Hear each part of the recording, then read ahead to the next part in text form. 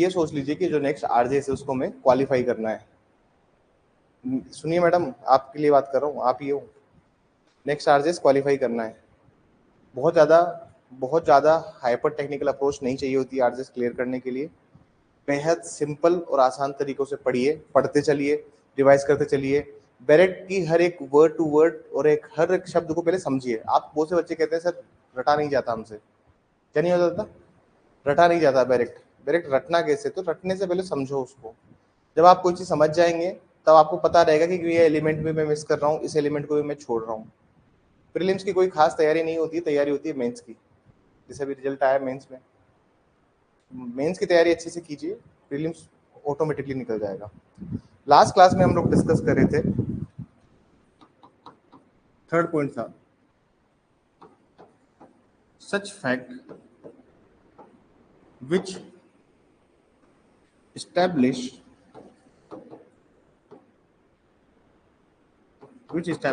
identity,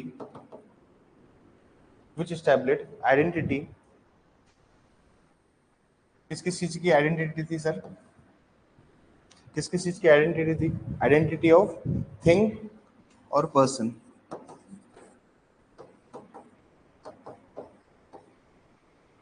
ठीक है,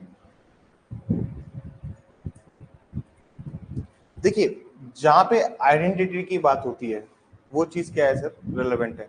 मैं आपको सिंपल एग्जांपल देता हूँ इस चीज का। जैसे मान लीजिए चोरी हो गई, ठीक है, पुलिस ने एक चोर को गिरफ्तार किया, चोर के पास से बहुत सारे जेवर जेवरात आभूषण सब रिकवर हुए।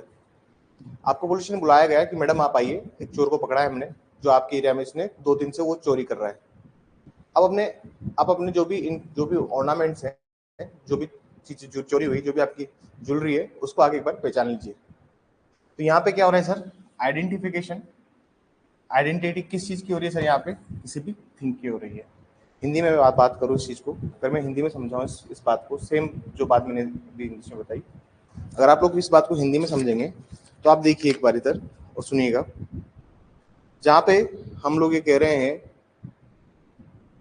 जहाँ पे इसमें लिखा हुआ है ब्रैकेट के अंदर, or which establish the identity of anything or person whose identity, anything or whose identity, जो कि किसी व्यक्ति या वस्तु की जिसकी अनन्यता सुसंगत हो, अनन्यता स्थापित करते हैं। लिखा हुआ है ब्रैकेट के अंदर। हिंदी में से लिखा हुआ है। सेक्शन नंबर 9 है पुराने वाले बैरेक्ट के अंदर। प्लीज बैरेक्ट चेंज कीजिए, मैं बार बार नहीं कहूंगा, एक टाइम बाद मैं बोलना बंद कर दूंगा। नया बैरेक्ट पुराना बैरेक्ट, बैरेक्ट लेके आइए, और बैरेक्ट मिल जाता है, टोक फाटक मिल जाता है, टोक फाटक जाके ले आइए। Identity of anything or person. देखिए जहाँ पे जैसे मान लीजिए मोबाइल, आपका फोन का क्या क्या गुम गया सर? मोबाइल गुम गया है। अब मोबाइल के अंदर दिक्कत क्या होती है ना सर, मोबाइल में आइडेंटिफिकेशन की जरूरत नहीं होती है। मोबाइल में क्या होता है? IMEI नंबर होते हैं। जैसे मान लीजिए ये मेरा आईफोन है, ठीक है, अगर मैं इसका कवर हटा दूं और मान लीजिए वहां पे बहुत सारे आईफोन ऐसे पड़े हों, ठीक है ना, टचवुड घूमे नहीं पहले तो, दूसरी बात है वहां पे बहुत सारे ऐसे आईफोन पड़े हों, तो it would be extremely difficult for me to trace कि कौन सा मेरा फोन है, क्योंकि सारे फोन सेम से दिखते हैं and it's a very common colour among the iPhone. तो फोन के साथ तो क्या होता है ना सर, उसमें तो एक IMEI नंबर होता है। फोन के अंदर क्या होता है? IMEI नंबर होता है। जैसे व्हीकल्स की आइडेंटिफिकेशन के टाइम क्या होता है सर? एक चेसिस नंबर होता है। तो ये जो जब कह रहा है आइडेंटिटी ऑफ थिंग और एनीथिंग, जो भी वो बात कर रहा है, तो इसके लिए जैसे मान लीजिए मोबाइल तो मेरा मिल गया उनको, IMEI नंबर उन्होंने बता दिया है। अब पुलिस वाले आते कहेंगे ना सर ये आपका फोन शायद यही है, IMEI नंबर इसका वही है, लेकिन सर एक बार आप अपना फोन का पासवर्ड डाल के इसको अनलॉक कीजिए। फोन का पासवर्ड डाल के इसको क्या कीजिए? अनलॉक। तभी हम मानेंगे कि ये फोन किसका है? आपका है। कॉमन सेंस, बिल्कुल कॉमन सेंस सोचिए। जब तक पासवर्ड डाल के अनलॉक नहीं करेंगे, या फिर आप बताइए आपने किसका फोटो लगा रखा है वॉलपेपर पे, ताकि जब फोन को ऑन किया जाए चार्ज लगा के, अगर वही फोटो आ गया, फोन आपका है। बेसिक बेसिक बातें ना। आपके फोन पे किसका वॉलपेपर है आपको पता होगा, यूजुअली किसका होता है। बहुत से लोग माता जी, भगवान जी, गणेश जी, शिव जी का रखते हैं नवरात्रा में, और बहुत से लोग ओकेशन वाइज चेंज भी कर लेते हैं। नवरात्र आती है तो माता जी का लगा लेते हैं, हाँ, हनुमान जयंती में हनुमान जी का लगा लेते हैं, शिवरात्रि आई तो भोले बाबा का लगा लिया, ऐसे भी लोग होते हैं। अकॉर्डिंग टू द ओकेशन भी चेंज करते हैं, दिवाली आएगी तो माँ लक्ष्मी का लगा लेंगे ऐसे भी लोग होते हैं। डिपेंड करता है ना कि पुलिस वालों को पूछे भाई क्या वॉलपेपर है आपका, या पासवर्ड, चले चलिए खोल के बताइए क्या पासवर्ड है इसका। बस बात समझ में आ रही है कि आइडेंटिटी ऑफ थिंग कैसे स्टैब्लिश की जाती है, ये बात समझ में आई। या फिर मान लीजिए एक बाइक मिली पुलिस को, अरे चोर के गिरोह पकड़ाई में आया, एक चोर का गिरोह बस्ट किया पुलिस ने, उसके पास मोर देन 50-60 बाइक्स थी। पुलिस ने चेसिस नंबर, एक कांस्टेबल ने सारे गाड़ियों के चेसिस नंबर नोट कर लिए, और चेसिस नंबर से पता लगा कि यू आर द ओनर। आपको फोन किया कि आपकी बाइक चोरी हो गई थी ना, हम इस थाने से बोल रहे हैं, एक आपकी जो चेसिस नंबर है वैसी बाइक मिली है, आप उसको आइडेंटिफाई करने के लिए ये आप ही की गाड़ी है, उसकी आरसी लेके आना। क्या लेके आना? आरसी लेके आइएगा, क्योंकि आरसी के ऊपर क्या होता है ना, जो आरसी होती है उसमें चेसिस नंबर लिखे हुए रहते हैं। मेरा वॉलेट अभी यहाँ नहीं है, वरना मेरी गाड़ी का चेसिस नंबर मेरे उस पर लिखा होता है आरसी। जो आरसी आज, पहले तो क्या था ना, आरसी इतना बड़ा कागज आता था, अब तो ऐसे छोटा सा कार्ड आता है, एटीएम कार्ड टाइप, उस पर आरसी नंबर लिखा रहता है कि इस गाड़ी का आरसी नंबर कितना है। तो आप आरसी लेके आइएगा अपनी गाड़ी की जिसपे चेसिस नंबर लिखा हो। तो आइडेंटिटी ऑफ थिंग्स स्टैब्लिश की जाती है। देखिए आइडेंटिटी ऑफ थिंग में कोई भी चीज हो सकती है ना, किसी भी चीज की एक आइडेंटिटी स्टैब्लिश करना है तो इसमें कुछ भी हो सकता है, बाइक हो गया, फोन हो गया, ज्वेलरी हो गई, है ना, सोने की चेन हो गई, मंगलसूत्र हो गया। औरत कुछ सब कुछ भूल सकती है लेकिन अपने मंगलसूत्र की डिजाइन कभी नहीं भूल सकती, क्योंकि महिलाओं को गहनों से क्या है, विशेष लगाव। और पुरुषों का कोई सा सीन नहीं होता। होता है क्या पुरुषों का सीन? तो अंगूठी गिर गई पहचानने भी नहीं आई थी, और कुछ ऐसा ही। हाँ बाइक वगैरह से, पुरुषों का बाइक से लगाव ज्यादा होता है, ये बात है। ये तो ह्यूमन वो है। तुम लोग बिग बॉस देखते हो क्या? अभी देखा है बिग बॉस? वो एक सोशल एक्सपेरिमेंट है। क्या है वो शो जो है ना, वो एक सोशल एक्सपेरिमेंट के ऊपर बेस्ड है। लाइफ में क्या होता है ना, कभी कभी एक सोशल एक्सपेरिमेंट भी आदमी को करना पड़ता है। सोशल एक्सपेरिमेंट का मतलब होता क्या चीज़, पहले ये समझिए। सोशल एक्सपेरिमेंट का मतलब है कि how different type of people behave जब हम उनको एक जगह पैक कर देते हैं और उनको उनको बाहर की दुनिया से कट कर देते हैं, उनके ऊपर मेंटली कितना प्रभाव पड़ता है। बात समझ में आई? और एक आदमी क्या होता है ना, अच्छा दिखने के लिए कर सोशल, वो पूरा सोशल एक्सपेरिमेंट के ऊपर शो है। सोशल एक्सपेरिमेंट मतलब कि सोसाइटी में आदमी कैसे बिहेव करता है। जैसे मान लीजिए कोई आदमी बहुत बदतमीज है, वो 2-5 दिन 7 दिन 10 दिन तक अच्छा बन के रह सकता है, लेकिन वो 2 महीने तक चलता है शायद शो, 2 महीने तक अच्छा बन के नहीं रह सकता। वो एक सोशल एक्सपेरिमेंट शो है। वैसे क्या होता है लाइफ में, जब भी आपको कुछ चीज की आइडेंटिफिकेशन करनी होती है तो डिपेंड करता है कि सोशल एक्सपेरिमेंट क्या होता है उस चीज का। बात समझ में आ रही है? जैसे आपका मोबाइल फोन है, वो भी एक तरह से सोशल एक्सपेरिमेंट ही करता है। जैसे आप लोग करते हो ना त्योहार के अकॉर्डिंग वॉलपेपर चेंज, बहुत से लोग करते हैं, तो ये भी क्या एक सोशल एक्सपेरिमेंट है। आज शायद एपीओ की क्लास थोड़ा जल्दी स्टार्ट कर दूंगा मैं। एपीओ का जो लेक्चर होगा ना, आज मैं अराउंड 1 बजे स्टार्ट कर दूंगा एपीओ का लेक्चर, क्योंकि कल कल कुछ यहाँ पे पास में पावर ग्रिड है, उसमें कुछ प्रॉब्लम थी, उससे लेक्चर डिस्टर्ब रहा था कल वाला। तो ठीक है सर, अब बात करते हैं इसकी। इसको हम लोग कहते हैं टीआईपी। क्या कहते हैं इसको? टीआईपी। अब टीआईपी क्या होता है सर? इसको बोलते हैं test identification parade. Test identification parade. अब टेस्ट आइडेंटिफिकेशन परेड होता है, इसको हम लोग हिंदी में बोलते हैं शिनाख्त परेड। क्या कहते हैं? शिनाख्त परेड। अब शिनाख्त परेड के अंदर होता क्या चीज है सर, इस एविडेंस का क्या महत्व होता है, मतलब होता है, पहले वो समझिए और सुनिए। सर शिनाख्त परेड से अगर मैं आपको बात बताऊं तो शिनाख्त परेड जनरली और यूजुअली क्या चीज होती है? शिनाख्त परेड वो चीज होती है जिससे सिमिलर हेल्थ हाइट के लोगों को जगह खड़ा किया जाता है।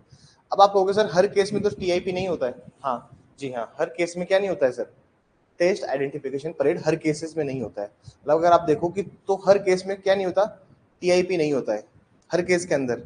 जरूरी नहीं है हर केस के अंदर टीआईपी हो, लेकिन जहां पे भी प्रोसिक्यूशन को अपना केस स्ट्रॉन्ग करना है तो टीआईपी करवा लेती है। और डिपेंड करता है कि केस, अगर मान लीजिए बहुत हाई प्रोफाइल केस है तो क्या करवाएंगे? टीआईपी।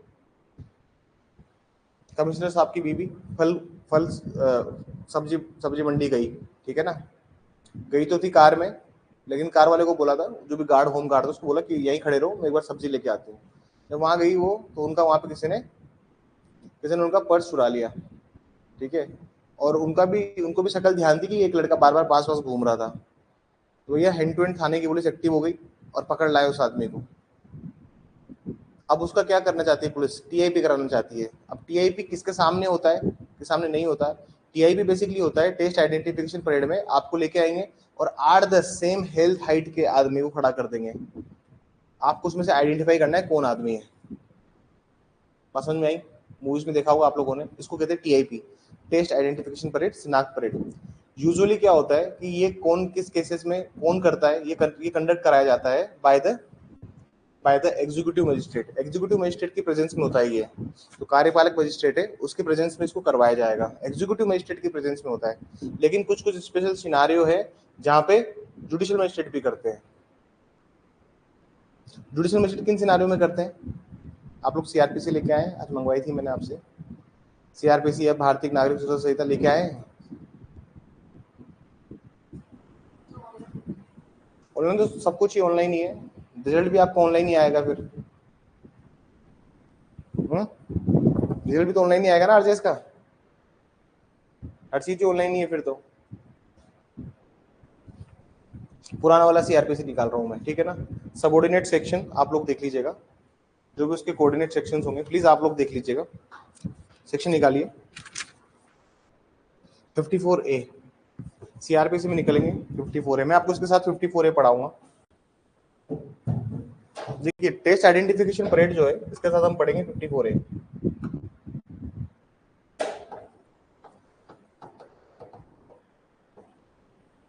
अब भारतीय नागरिक सुरक्षा संहिता का कौन सा सेक्शन है, ये तुम लोगों की पनिशमेंट है, मुझे बताना है कौन सा कोरिलेटेड सेक्शन है। मैं तो 2 मिनट में बता दूंगा, मेरे पास तो सीआर नया वाला भी एक पड़ा है। 54A सीआरपीसी, उसमें क्या लिखा हुआ है? Where a person is arrested on the charge of committing an offence and is identification by any other person or the person considered necessary for the purpose of investigating such offence, the court having jurisdiction may, on the request of the officer in charge of police station, direct the person so arrested subject himself to identification by any person or person in such manner as the court deem fit। ठीक है। अब यहाँ पे ये नहीं लिखा हुआ कि कौन सा मजिस्ट्रेट करेगा, नहीं लिखा हुआ ना कहीं पे भी कि कौन सा मजिस्ट्रेट करेगा। एक बार निकालिए आप 291A, सेक्शन 291A 291A निकालिए, वहां लिखा हुआ है ये बात, क्योंकि ये बातें कहाँ लिखी हुई है वहां पे। अब 291A में पढ़ेंगे अपन।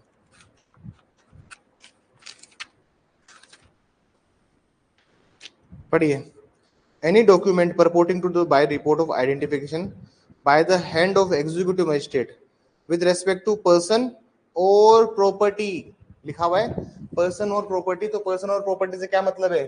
थिंग की मतलब प्रॉपर्टी हो या फिर पर्सन की हो।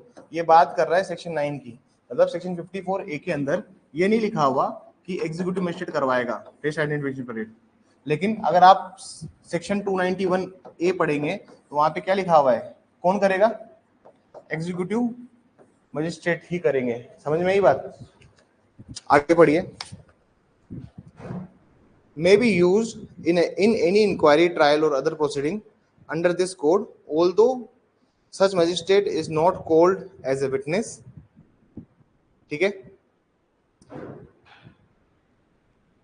आगे देखिए, आगे देखिए 291A के अंदर तो सिंपल दिया हुआ है कि भाई साहब जब इंक्वायरी ट्रायल, जब जब सर क्या चलेगा, इंक्वायरी और ट्रायल चलेगी, उस टाइम पे क्या होगा, उस टाइम पे आपको ये जो रिपोर्ट आप बनाओगे, ऐसा होगा जैसे मान लीजिए कमिश्नर साहब की बीबी को बुला लिया कि मैडम आ जाइए, हमने सस्पेक्ट को पकड़ लिया है, और सामने खड़े कर दिए सारे। यहाँ पे एग्जीक्यूटिव मजिस्ट्रेट भी खड़ा हो गया आके, यहाँ मैडम बताइए। फिर उसने जो रिकॉर्ड बनाएगा, कार्यपालक मजिस्ट्रेट जो रिकॉर्ड बनाएंगे, मैडम खड़ी है, सामने 8-10 लोग सेम हेल्थ साइड के खड़े हैं। फिर जो रिकॉर्ड बनाया जाएगा, फिर जो रिपोर्ट बनाई जाएगी, सुनिएगा बात, उसको हम लोग क्या कहते हैं? उसको हम लोग स्पष्ट रूप से कहते हैं, उसको हम क्लियरली इंडिकेट करते हैं। इस जो रिपोर्ट है, उस रिपोर्ट को जो रेफर कर रहा है executive magistrate during the inquiry trial, सामने टेस्ट आइडेंटिफिकेशन परेड चल रही है, शिनाख्त परेड चल रही है, एग्जीक्यूटिव मजिस्ट्रेट साहब ने एक रिपोर्ट बनाई है, और 291A के अंदर ये रिपोर्ट क्या चली गई है, इसके कोरिलेटेड सेक्शंस पूछूंगा। पूछूंगा मैं, ठीक है ना। या आप लोगों से कहा था लेके आना है बैरेक्ट, तो नहीं लेके आओगे बैरेक्ट, कि क्या कोरिलेटेड सेक्शन है। इसके बाद देखिए वापस निकालिए एक बार 54A। 54A का प्रोवाइजो देखिए क्या बोल रहा है इसका, परंतु क्या कह रहा है उसको पढ़िए। Provided that is the person identifying the person arrested is mentally और फिजिकली डिसेबल्ड। मान लीजिए जिस पर्सन को आप आइडेंटिफाई कर रहे हैं वो क्या है सर, मेंटली और फिजिकली डिसेबल्ड है। अगर कोई पर्सन मेंटली और फिजिकली डिसेबल्ड है तो हम क्या समझ सकते हैं उससे, हम उसे समझ सकते हैं कि उसका एग्जामिनेशन कौन करेगा, जुडिशियल मजिस्ट्रेट। जिस मान लीजिए जो पर्सन क्या है सर, जिस पर्सन की आइडेंटिफिकेशन परेड करवानी है वो क्या है सर, मेंटली और फिजिकली डिसेबल है, ठीक है। जैसे मान लीजिए एक दिन आप पागल खाने चले गए,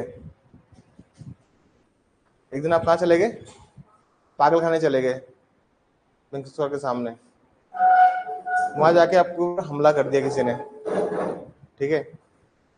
अब जिसने हमला किया वो मेंटली और फिजिकली डिसेबल्ड है, तो आपको पता नहीं ना पागल खाने में किसने आपके ऊपर हमला किया है, लेकिन आपको थोड़ा बहुत शक्ल तो उसकी याद ही थी, तो उसकी जो आइडेंटिफिकेशन परेड होगी उसके सामने होगी, जुडिशियल मजिस्ट्रेट के सामने होगी। आपको खड़ा करेंगे और पूछेंगे बताओ कौन था इन सब में से, वो किसके सामने होगी, हमेशा जुडिशियल मजिस्ट्रेट के सामने होगी। मतलब बाकी अदर चीजों के लिए तो आप एग्जीक्यूटिव मजिस्ट्रेट को लेके आइए, लेकिन दो स्पेशल सर्कमस्टांसेस में आप किसको लेके आएंगे, जुडिशियल मजिस्ट्रेट को। तो समझ में आया कि टेस्ट आइडेंटिफिकेशन परेड, शिनाख्त परेड कौन कौन से मजिस्ट्रेट करते हैं और किन किन अवस्था में करते हैं, ये बात समझ में आई। अरे क्लियर है ना ये बात, ऑनलाइन वाले बच्चे एक बार बता दीजिए प्लीज।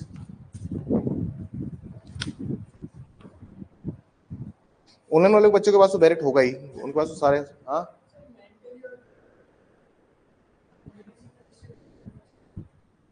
क्योंकि क्योंकि क्या पता उनके अधिकारों को, देखिए ये जो होते हैं ना, बहुत अच्छा सवाल पूछा आपने। सर का सवाल ये था कि सर मेंटली और फिजिकली के लिए ही जुडिशियल मजिस्ट्रेट को क्यों लेके आए, तो एक मैक्सिम चलती है, ये क्या क्या चलती है, क्या चलती है, एक मैक्सिम चलती है, मैक्सिम बोलती है पेरेंट्स पैट्री की मैक्सिम चलती है। आपसे पूछा जा सकता है इंटरव्यू में, स्पेलिंग मिस्टेक हो सकती है पेरेंट्स पैट्री की, लेकिन पेरेंट्स पैट्री ऐसे लिखते हैं। इंटरव्यू में आपसे पूछा जा सकता है कि सर मेंटली और फिजिकली डिसेबल्ड पर्संस की ये लोग ही क्यों करते हैं, जुडिशियल मजिस्ट्रेट ही क्यों करेंगे आके टेस्ट आइडेंटिफिकेशन परेड। उसका सिंपल सा आंसर है, आंसर क्या है, आंसर ये सर, ये मैक्सिम ऐसे बोलती है कि जो भी आदमी इनकेपेबल है उसकी गार्जियन कौन होगा, जो भी आदमी अक्षम है, जो भी आदमी क्या है, अक्षम, इनकेपेबल है, असमर्थ है, उनका गार्जियन, उनका संरक्षक कौन होगा, स्टेट, राज्य उनका संरक्षक होगा। तो ये जो मेंटली और फिजिकली डिसेबल्ड लोग हैं इनका गार्जियन कौन होता है, स्टेट होता है, क्योंकि parent, state is the parens patriae for the mentally and physically disabled person. याद करो लिमिटेशन एक्ट, और लिमिटेशन एक्ट में सेक्शन नंबर आप याद कीजिए, लीगल डिसेबिलिटी वाले सेक्शन 678 याद कीजिए, जहाँ पे लीगल डिसेबल पर्सन हो गया, माइनर हो गया, अनसाउंड हो गया, जो भी वहाँ पे क्राइटेरिया थे उनको अलग से ट्रीट किया जा रहा था लिमिटेशन एक्ट के अंदर। तो आपको ये बात समझ में आई कि जो भी लोग मेंटली फिजिकली इनकेपेबल है, माइनर है, अनसाउंड है, उनको क्या करता है, state as a guardian treat करता है। और जुडिशियल मजिस्ट्रेट क्या करता है, जुडिशियल मजिस्ट्रेट को आप देखेंगे हमेशा सीआरपीसी हो, मतलब भारतीय न्यायिक सुरक्षा संहिता हो, या आपका भारतीय साक्ष्य अधिनियम, इनका हमेशा रोल इंपोर्टेंट रोल जगह इनको लेके आ जाता है। देखिए एग्जीक्यूटिव मजिस्ट्रेट जो होता है ना वो एग्जीक्यूटिव माइंड लगाता है। एग्जीक्यूटिव माइंड का मतलब क्या होता है, कार्यपालक का मतलब क्या होता है ये समझिए पहले। देखिए सर जुडिशरी वाला आदमी जो होगा वो जुडिशियल माइंड सोचेगा, जुडिशियल प्रूडेंस से सोचेगा कि यार क्या सही है और क्या गलत है। एग्जीक्यूटिव वाला क्या सोचेगा, अच्छा हो रहा है रिकॉर्ड, लाओ रिकॉर्ड कर लिया, साइन करके भेज दिया। सही गलत की परवाह नहीं करते एग्जीक्यूटिव मजिस्ट्रेट वाले, सही गलत की क्या नहीं करते, परवाह नहीं करते। उनको जस्टिस से कोई मतलब नहीं है। जस्टिस से मतलब किसको है, जुडिशियल मजिस्ट्रेट को। जुडिशियल मजिस्ट्रेट ये तो इंश्योर करेगा ना कि यार वो आदमी वाकई में पागल है या नहीं है जिसने अटैक किया है हेमांग पे, इसलिए जुडिशियल मजिस्ट्रेट को वहां रखा गया है। रटने का बिल्कुल काम नहीं, समझने का काम करो। इनका एक सवाल है वो मैं देख लेता हूँ, क्या लिखा हुआ है, क्या लिख रहे हैं, बट सर सेक्शन 54 में तो एक सेकंड मेरे को देख लेने दीजिए क्या बोल रहे हैं ये। मैं पुराना वाला सीआरपीसी निकाल के बता रहा हूँ अभी आपको, कोरिलेटेड सेक्शन से जो आप देख लीजिएगा।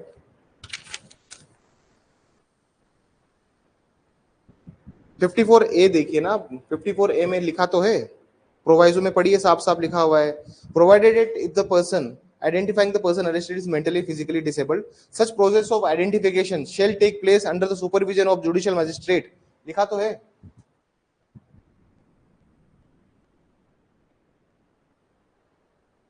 कोई किसी को ऑर्डर नहीं करता है टेस्ट आइडेंटिफिकेशन परेड के लिए, इन्वेस्टिगेशन ऑफिसर क्या करता है, रिक्वेस्ट करता है एग्जीक्यूटिव मजिस्ट्रेट को, सर आप आइए। क्या करेगा, जो आपका एसएचओ साहब है, थाने पुलिस थाने के बाहर तक अधिकारी हैं, वो क्या करेंगे सर, रिक्वेस्ट करेंगे एग्जीक्यूटिव मजिस्ट्रेट को कि सर आप आइए, एक आइडेंटिफिकेशन परेड रिकॉर्ड करवानी है। बात समझ में आई?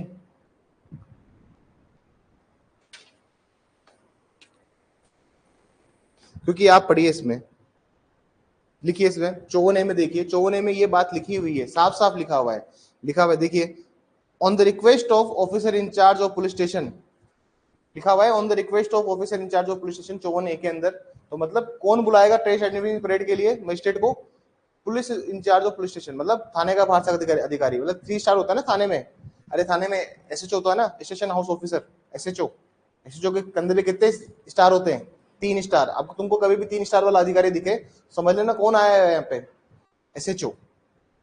2 star sub inspector, 1 star ASI, 1 star दिखे तो मतलब एएसआई ये 2 star sub inspector, 3 star SHO, और 3 स्टार के साथ में एक छोटा सा पट्टा भी लगा रहे तो समझ लेना कौन है ये, DYSP, yes CO circular officer भी होता है, या डीवाईएसपी भी आप उसको कह सकते हैं।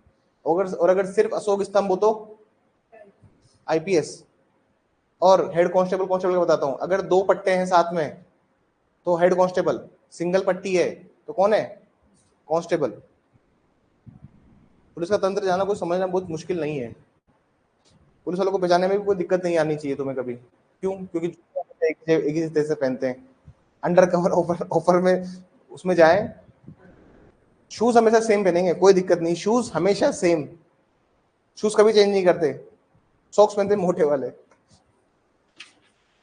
चलिए इतनी इन्फॉर्मेशन ठीक है, तुम लोग भी आइडेंटिफाई कर लोगे पुलिस ऑफिसर को, ठीक है ना सर।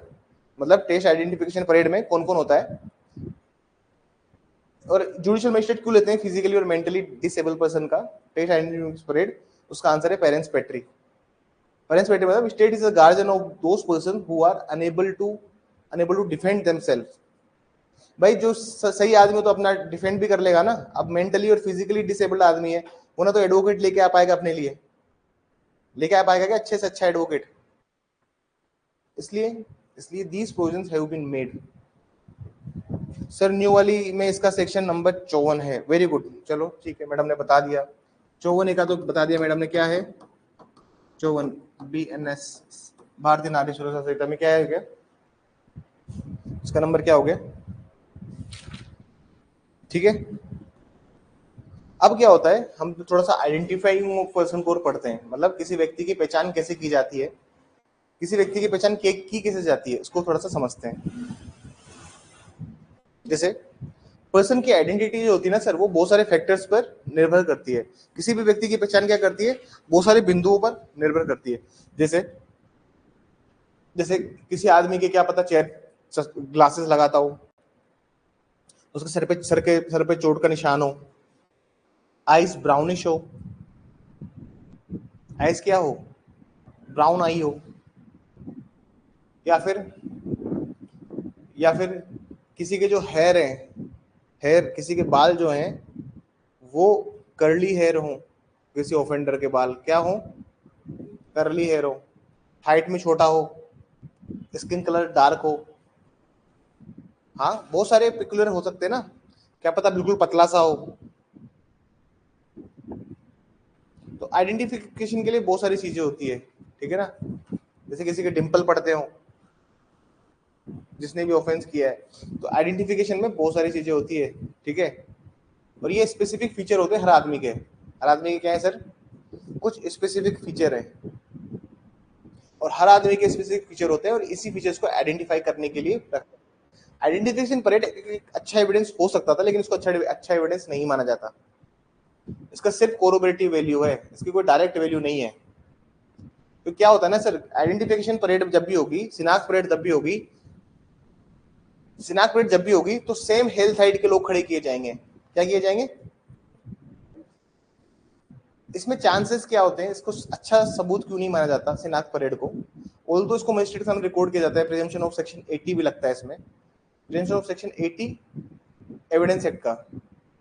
और नए वाले में क्या था प्रिजम्पशन ऑफ, नए वाला जो है उसमें देखिए प्रिजम्पशन क्या लगेगा, एक बार आप पढ़िए। पुराने वाले में था 80 और नए वाले में क्या है? नए वाले में है 79। आप 79 सेक्शन निकालिए भारतीय साक्ष्य अधिनियम का, तो पुराने वाले बच्चे निकालिए 80 निकालेंगे, जिसके पास एविडेंस एक्ट है, जिसके पास साक्ष्य अधिनियम है 79 निकालिए। अब आप देखिए यहाँ पे लिखा हुआ है ना, यहाँ पे लिखा हुआ है और before any officer authorised by law to take such evidence, लिखा हुआ है any officer authorised by law, पढ़ा है, दिख रहा है आपको? Any officer authorised by law. और हिंदी में अगर मैं इसको पढ़ूं तो हिंदी में से लिखा हुआ है विधि द्वारा साक्ष्य लेने के लिए प्राधिकृत किसी अधिकारी के समक्ष। तो विधि द्वारा प्राधिकृत अधिकारी है ये। अगर आप 54A देखते हैं, जो नया भारतीय न्याय सुरक्षा में 54 है, उसमें अगर आप देखोगे तो जो 54 सेक्शन में प्राधिकृत कौन है? Executive magistrate. कौन ऑथोराइज्ड है एविडेंस लेने के लिए? एग्जीक्यूटिव मजिस्ट्रेट ऑथोराइज्ड है। तो आप इस पॉइंट को समझिए। देखिए, टेस्ट आइडेंटिफिकेशन परेड खुद में एक टॉपिक है जो इंटरव्यू में पूछा जा सकता है और जाएगा, मतलब बहुत बहुत फेयर इनफ चांसेस है कि हाँ इसको पूछा जाना चाहिए और पूछा जाता होगा। हम लोग ये जो बैच है, ये इस बैच का नाम ही P2I बैच है, प्रीलिम्स टू इंटरव्यूज पूरी तैयारी कराते हैं हम लोग इस बैच में। फाउंडेशन तो है इसका नाम।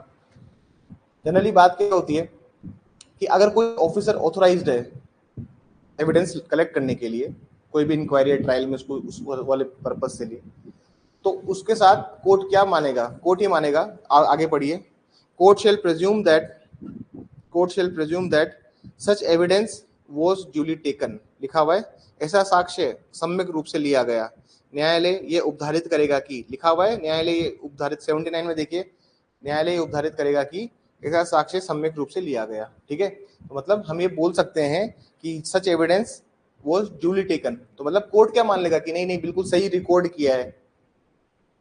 पर प्रॉब्लम क्या होती है सर, रिकॉर्ड तो सही किया है, लेकिन हो सकता है ना कि क्या पता वो आदमी उस ट्रॉमा में हो, क्या पता जिस आदमी से तो ऑफेंस हुआ है, जिस आदमी को पहचान करनी है, बहुत सारे 8-10 लोग एक साथ लाइन में खड़े कर दिए, अब जिस आदमी को पहचान करनी है कि ये कौन आदमी था, क्या पता वो आदमी उस ट्रॉमा में हो कि वो नहीं पहचान कर पा रहा हो, क्या पता उसने गलत आदमी को पहचान लिया हो। सेम हेल्थ हाइट है क्योंकि सबकी, हो सकता है ना कि क्या पता उसके माइंड में मिसकंसेप्शन हो गया हो, गलत आदमी को पहचान कर लिया हो। समझ में आई बात? So it is always a risky evidence, क्योंकि ये चांस एविडेंस हो गया ना, फिर ये तो चांस दे रहे हो आप। देखिए, आप तुक्का थोड़ी लगा सकते हो एविडेंस देने में। सेम हेल्थ हाइट के लोग, एक ये कमजोर इसलिए भी होता है कि देखिए सेम हेल्थ हाइट के लोग मिलने मुश्किल है। अपनी क्लास में देख लो कौन है मेरे हेल्थ हाइट का, तो ये अपने मेरी हेल्थ हाइट का, तो सेम हेल्थ हाइट के लोग मिलना मुश्किल है। कोई भी लोग दूसरे से समान नहीं होते। बात समझ में आ रही है? तो इसलिए एक कमजोर एविडेंस है। अब मान लीजिए किसी ने पहचान कर ली किसी की टेस्ट आइडेंटिफिकेशन परेड में, लेकिन उसकी लाइफ तो खराब हो गई ना। तो इसको हमेशा क्या कहते हैं?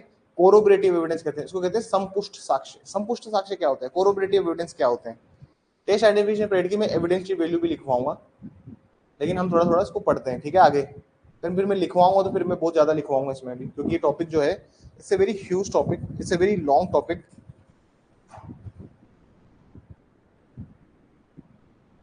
देखिए सर, जब भी किसी की पहचान करनी है ना, तो उसके दो तरीके होते हैं। अक्यूज जनरली क्या होता है, जैसे आप देखेंगे किडनैपिंग के केसेस होते हैं बहुत सारे। अब किडनैपिंग के केसेस में बच्चों की बचने की रेट बहुत कम है। बच्चों की क्या होती है, किसी बच्चे का किडनैपिंग कर लिया, उसके बचने की रेट, भाई उसको बचा पाएंगे, जिंदा रिकवर कर पाएंगे, रेट बहुत ही कम है। अब पूछिए क्यों सर, ऐसा क्यों है? क्योंकि जिसको बच्चे को जो भी किडनैप करता है वो उसका नॉन होता है, कोई रिलेटिव ही होता है। क्या होता है? रिलेटिव ही होता है कोई जनरली। अब कोई नॉन है जिसको वो जानता है, उसको फिर मारना ही पड़ता है। बात समझ में आई? जैसे अभी 2 बच्चों को मार दिया बाड़मेर के अंदर, अभी 2-3 दिन पहले की न्यूज है ये, 3-4 दिन हुए होंगे। बाड़मेर में 2 बच्चों को मार दिया। अब समझते हैं। देखिए सर, किसी को भी अगर रिकॉग्नाइज करना है, जैसे टीआईपी, और कहां पे जरूरत पड़ती है टीआईपी की, मतलब शिनाख्त परेड जो है आपकी,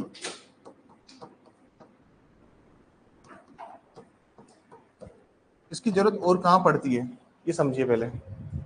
देखिए सर, जैसे विक्टिम जो है ना सर, वो अक्यूज को अगर उसको बाई फेस जानता है, बाई नेम जानता है, तो यहाँ पे टीआईपी की जरूरत पड़ेगी क्या?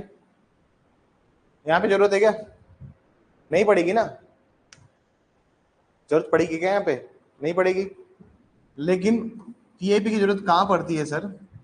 जहां पे कोई डायरेक्ट कनेक्शन नहीं है। मान लीजिए एक लड़की ने रात को ऑटो लिया उसने, ऑटो लेके उसका छेड़छाड़ करी ऑटो ड्राइवर ने, ठीक है।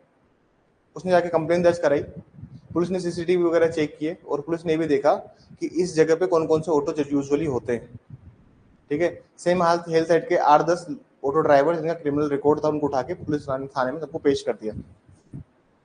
बस में ही सबको थोड़ी पेश कर देगी, जिसका क्रिमिनल रिकॉर्ड है उसको उसको पेश किया, जो सस्पेक्टेड थे उन सबको क्या कर दिया, एक लाइन में पेश कर दिया। अब वो लड़की जानती है डायरेक्ट कनेक्शन है उसका। सर्कमस्टेंशियल आइडेंटिफिकेशन करना है यहाँ पे, मतलब परिस्थिति जन्य, परिस्थिति के रूप में आपको उसको पहचानना है, जो क्या परिस्थिति हुई थी आपके साथ में। आप देखेंगे बहुत सारे पॉक्सो केसेस में, पॉक्सो पढ़ा नहीं है अभी आप लोगों ने, पढ़ा दिया शायद मैडम ने पॉक्सो, कुछ बच्चों को पढ़ा दिया, कुछ बच्चों को नहीं पढ़ा है, जो उन्होंने लेट एडमिशन लिया है उनका पॉक्सो नहीं हुआ है। पॉक्सो में ऐसा होता है कि विक्टिम जो होती है पॉक्सो छोटी बच्ची, वो आइडेंटिफाई करती है अक्यूज्ड को, और पॉक्सो में तो ये तक प्रोविजन लिखे हुए हैं कि सिंगल विजिबिलिटी मिरर यूज हो। क्या यूज हो? सिंगल विजिबिलिटी मिरर, मतलब वो विक्टिम ही उस आदमी को देख पाए जिस आदमी ने ऑफेंस कमिट किया है, वो आदमी उस लड़की को ना देखे, क्योंकि वो आदमी उस लड़की को देख लेगा तो वो आंखों से डरा सकता है उसे। बात समझ में आई? कोर्ट पूछेगा कि ये था वो आदमी। आजकल बहुत से कोर्ट्स में क्या हो गया है, कैमरे लगे हुए हैं, अक्यूज को दूसरे कमरे में जाके बिठा दिया जाता है, वहां कैमरा लगा रहता है, विक्टिम आके आइडेंटिफाई करता है, हाँ सर ये वही है। तो जो चेहरे पे जो काला कपड़ा डाला जाता है उसका पर्पस भी वही होता है। उसका पर्पस क्या होता है सर? उसका पर्पस भी ये रहता है कि test identification parade properly execute हो। बात समझ में आई?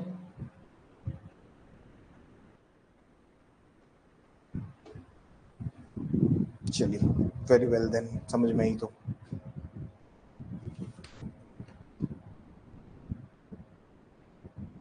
और एक और याद रखना, जो टीआईपी होता है ना, ये सर कभी भी कोर्ट में नहीं होता। कहाँ नहीं होता ये? It has been never in court. ये कहाँ पे होता है test identification parade? Police station में होता है। पुलिस स्टेशन में होता है in the presence of executive magistrate होता है। मेंटली और फिजिकली डिसेबल्ड पर्सन को छोड़ दो, बाकी सब में कहाँ होगा? कार्यपालक मजिस्ट्रेट के समक्ष होगा। ये बात समझ में आई? और ये क्या होता है सर? डिस्क्रिशन होता है। क्या होता है ये? डिस्क्रिशन। ये विवेकाधिकार है पुलिस थाने के बाहर साधक अधिकारी का, मतलब ये जो स्टेशन ऑफिसर है आपका, एसएचओ है, उसकी डिस्क्रिशन है कि वो चाहे तो करवाए टीआईपी, वरना नहीं भी करवाए। समझ में ही बात? ये उसका डिस्क्रिशन होता है, पुलिस थाने के बाहर साधक अधिकारी का होता है डिस्क्रिशन, ठीक है। ऑफिसर इंचार्ज जो पुलिस स्टेशन है उसका डिस्क्रिशन है टीआईपी करवाना है या नहीं करवाना है। हर केसेस में टीआईपी नहीं होता है डायरेक्ट। अगर कोई अक्यूज को जानता है तो उसका टीआईपी नहीं करवाओगे तुम। बहुत रेयर जगह इसको यूज किया जाता है, और वो भी बहुत स्ट्रॉन्ग कंक्लूसिव एविडेंस नहीं है टीआईपी। जैसे मैं अगर सिंपली बात करूं, एविडेंस एक्ट के अंदर डायरेक्ट रिलेशन की एविडेंस की वैल्यू हाई है, ठीक है। फिर कन्फेशन की एविडेंस की वैल्यू हाई है, एविडेंशियरी वैल्यू का मतलब क्या होता है कि साक्ष्य के रूप में उसको कितना सम्मिलित किया जाएगा। फिर एडमिशन की एविडेंशियरी वैल्यू हाई है। फिर मोटिव, प्रिपरेशन, कंडक्ट, ओकेशन, कोज, इफेक्ट, अपॉर्चुनिटी, इन सब की भी हाई है। फिर कम किसकी होती है? कम होती है सर एक्सपर्ट की। कम किसकी होती है?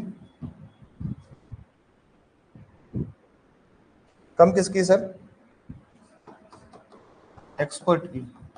और सबसे कम किसकी है? Test identification parade.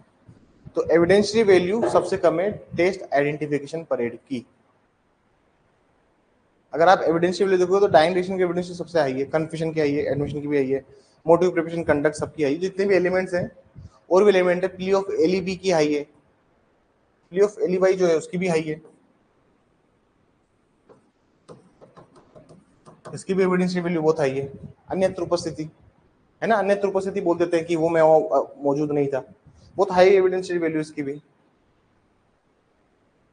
लेकिन टीआईपी की तो बहुत ही कम एविडेंशियरी वैल्यू है, इसकी सिर्फ कोरोबरेटिव वैल्यू है।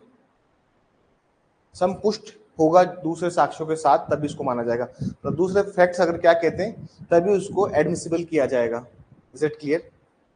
मतलब दूसरे तथ्य भी अगर सपोर्ट में बात कर रहे हैं कि हाँ तब माना जाएगा। जैसे मान लीजिए एक लड़की ने, मान लीजिए ऑटो वाला केस ही बताता हूँ मैं आपको। उस लड़की ने क्या किया सर, आइडेंटिफाई कर लिया है। क्या कर लिया है? आइडेंटिफाई कर लिया है कि नहीं सर यही ऑटो ड्राइवर है जिसने छेड़छाड़ करी थी। और उस लड़की ने यह भी बोला कि सर इसके ऑटो ड्राइवर में इधर एक तस्वीर भी लगी हुई थी सलमान खान की। होता है ना ऑटो वाले ड्राइवर वाले लगा देते सलमान खान, ऐश्वर्या राय। असली में तो मिल नहीं पाए लेकिन ऑटो में मिलवा देते हैं इनको। तो हो सकता है वो लड़की बताए कि सर तस्वीर भी लगी हुई थी, तो पुलिस वाले लेके जाएंगे ना कि चल ऑटो कहाँ है तेरा, बता कौन सा ऑटो है तेरा, सर ये ऑटो है। तो अदर फैक्ट्स ने भी क्या किया है, कंफर्म किया है कि ये वही आदमी है। तो इसका डायरेक्टली कोई वो नहीं है, इसकी क्या कोरोबरेटिव वैल्यू है, इसकी क्या है, इसकी कोरोबरेटिव वैल्यू। मतलब जब तक दूसरे साक्ष्य नहीं आएंगे, मान लीजिए उस लड़के ने बोला था कि नहीं नहीं सर इसमें वो भी सलमान खान और ऐश्वर्या राय की फोटो भी लगी हुई थी ऑटो के अंदर। पुलिस वाले लेके गया चल ऑटो दिखा, कल कौन सा ऑटो है तेरा, और वहां पे सलमान खान और ऐश्वर्या की फोटो नहीं है।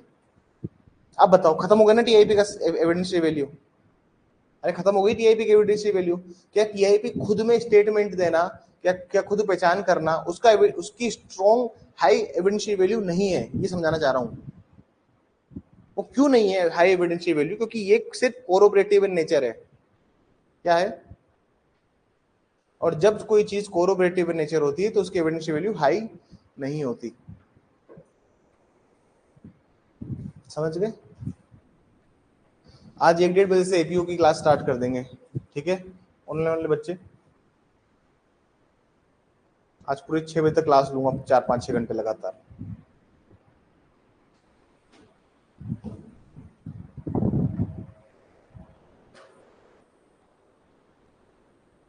या फिर पुलिस के सीसीटीवी में पता लग रहा है कि इतने बजे जो घटना, जब जब जब वो इंसिडेंट अकर हुआ था 8-8:30 बजे रात को, तो हाँ ये ऑटो इस जो लड़की बता रही है जिस जिस लाइन से गुजरा है उस लाइन से ही गुजरा है वो ऑटो।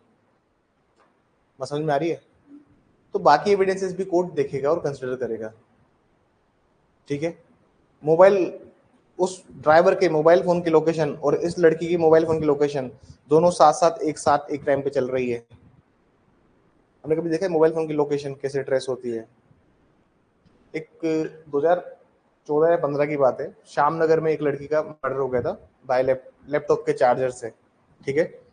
और जब उस लड़की का मर्डर हुआ था तो उसके आधे घंटे पहले मेरा एक दोस्त था हॉस्टल में, उससे उसकी बात हुई थी लगभग 15-20 मिनट, ठीक है? नॉर्मल उसकी दोस्त थी तो बात हुई थी उसकी सिर्फ नॉर्मल फ्रेंड थी वो, उसकी बात हुई थी। तो इस आधार पर पुलिस ने क्या किया, उसको रात में श्यामनगर थाने में बुलाया कि आप आइए। तो हम बताया कि लोग स्टूडेंट हैं और इससे वैसे, तो पुलिस वाले ने बोला कि हाँ सर आ जाइए, कोई दिक्कत नहीं है, 5 मिनट का काम है, एक जगह साइन करने हैं आपके कि हाँ आपकी बात हुई थी। और मैं हॉस्टल में था तो मेरे को लेके गया वो साथ में कि चलो यार आप भी चलो, देखना कोई दिक्कत ना हो जाए। तो मैं अंदर गया और पुलिस वालों ने लिटरली, आप ये क्या यकीन नहीं मानेंगे कैसे इन्वेस्टिगेशन की जाती है। ये श्यामनगर थाने की बात है अपने। पुलिस वालों ने लिटरली, उन लोगों ने पूरे के पूरे चार्ट्स बना रखे थे। आप उससे लास्ट टाइम कब मिले थे, क्या बोला, क्या पूछा, आप उससे लास्ट टाइम कब मिले थे।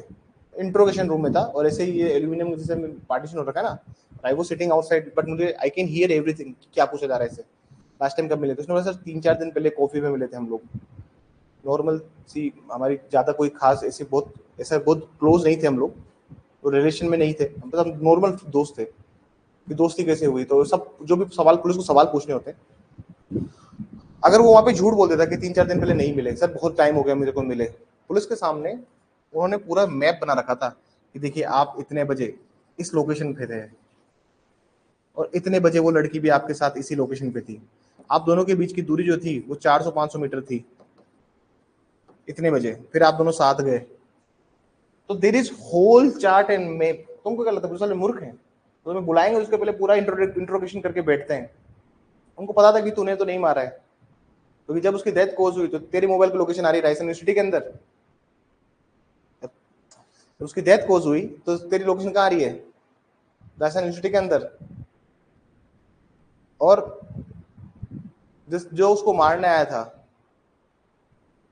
जो उस डेथ कोज करने के बाद में उस पर्टिकुलर एरिया के, अरे उस पर्टिकुलर एरिया से 30 लोग हैं, 30 लोग हैं, 30 नंबर है मोबाइल के, जो कि जो कि जयपुर छोड़ के ही चले गए,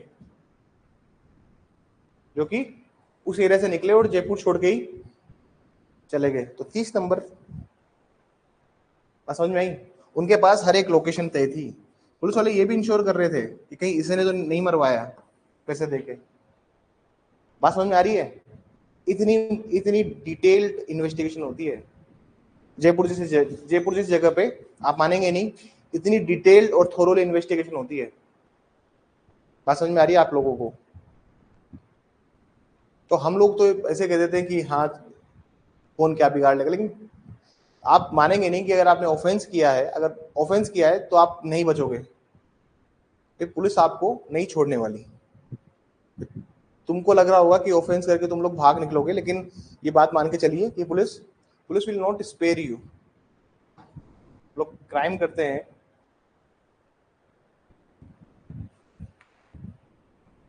लागू होता है टीआईपी पे, लागू होता है 79 का प्रिजम्पशन लागू होता है, प्रिजम्पशन लागू होता है 79 का।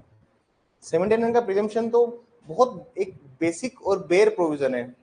किसी बच्चे ने पूछा है कि 79 जो है भारतीय साक्ष्य अधिनियम का, जहाँ पे शेल प्रिज्यूम लिखा है, जहाँ पे कोई ऑफिसर ऑथराइज बाय लॉ है to record such evidence in writing, तो सर वहां पे क्या 79 का प्रिजम्पशन लगेगा? हाँ लगेगा, टीआईपी पे लगता है 79 का प्रिजम्पशन। चलिए, तो टीआईपी समझ में आ गया होगा आपको। हमने बहुत डिटेल आज इसको डिस्कस किया, बहुत डिटेल हमने क्या किया, इसको डिस्कस किया। हम्म।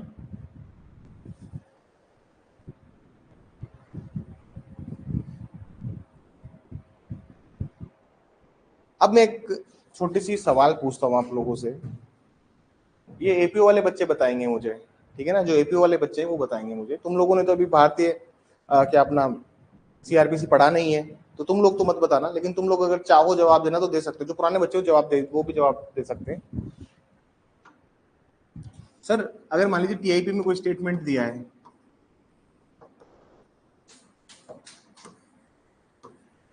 टीआईपी करते समय, टेस्ट आइडेंटिफिकेशन करते समय, मान लीजिए कोई कथन दिया है, ठीक है ना, टीआईपी में क्या दिया है, कोई कथन।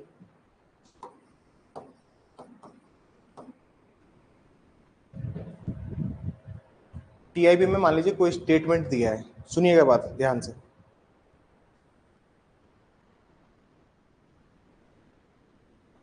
और वो जो स्टेटमेंट है, क्या आप उसको ट्रायल में यूज कर सकते हो? क्या वो स्टेटमेंट ट्रायल में यूज हो पाएगा क्या? जब आप विचारण करोगे उस टाइम आप उसका इस्तेमाल कर सकते हो?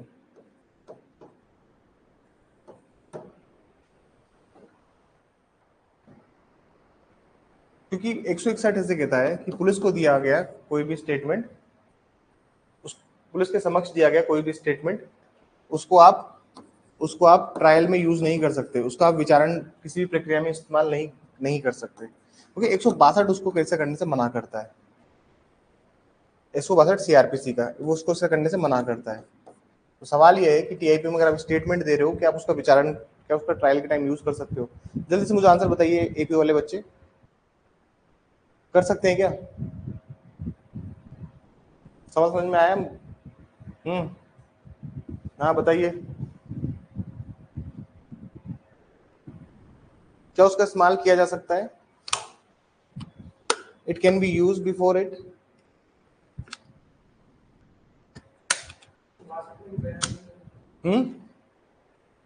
क्या? दोबारा सवाल सुन लीजिए। टीआईपी का कोई कथन दिया है कि आप उसको विचारण के समय इस्तेमाल कर सकते हो। कोर्ट तो इस्तेमाल करेगा, कोर्ट करेगा। क्या पार्टीज भी यूज कर सकती है क्या? क्या पक्षकार भी यूज कर सकते हैं क्या? क्योंकि 161 बोलता है कि पुलिस को दिया गया कोई भी कथन उसका इस्तेमाल नहीं होगा ट्रायल के समय। 162 बना करता है। क्या टीआईपी का कथन आप यूज किया जा सकता है, यूज कर सकते हैं? क्या उसका इस्तेमाल किया जा सकता है? तो आंसर है नहीं, क्योंकि सर ये जो स्टेटमेंट है पुलिस के सामने नहीं है। ये जो स्टेटमेंट दिया जा रहा है किसके सामने नहीं है? पुलिस के सामने नहीं है। ये स्टेटमेंट किसके सामने है? एग्जीक्यूटिव मजिस्ट्रेट के सामने और जुडिशियल मजिस्ट्रेट के सामने स्टेटमेंट है। बात समझ में आई? तो आप इस स्टेटमेंट का यूज कर सकते हैं। ठीक है, ठीक है, लेकिन मजिस्ट्रेट के सामने हो रहा है ना भाई। मजिस्ट्रेट है तो वो हर चीज इंश्योर करके रखेगा ना। आप पुलिस ऑफिसर के ऊपर रिलाई नहीं करते स्टेटमेंट रिकॉर्ड करते समय, क्योंकि पुलिस ऑफिसर उसका मिसयूज कर सकते हैं अपनी पावर्स का। सारे पुलिस ऑफिसर ऐसा नहीं करते, कुछ पुलिस ऑफिसर कर सकते हैं प्रमोशन पाने के लिए, क्योंकि केस जितने सोल्व करोगे उतने इससे क्या मिलेगा? प्रमोशन। मुझे 2 मिनट दीजिए, एक मुझे दो कुछ मिनट दीजिए, ठीक है? 2 मिनट में वापस क्लास रिज्यूम करता हूँ।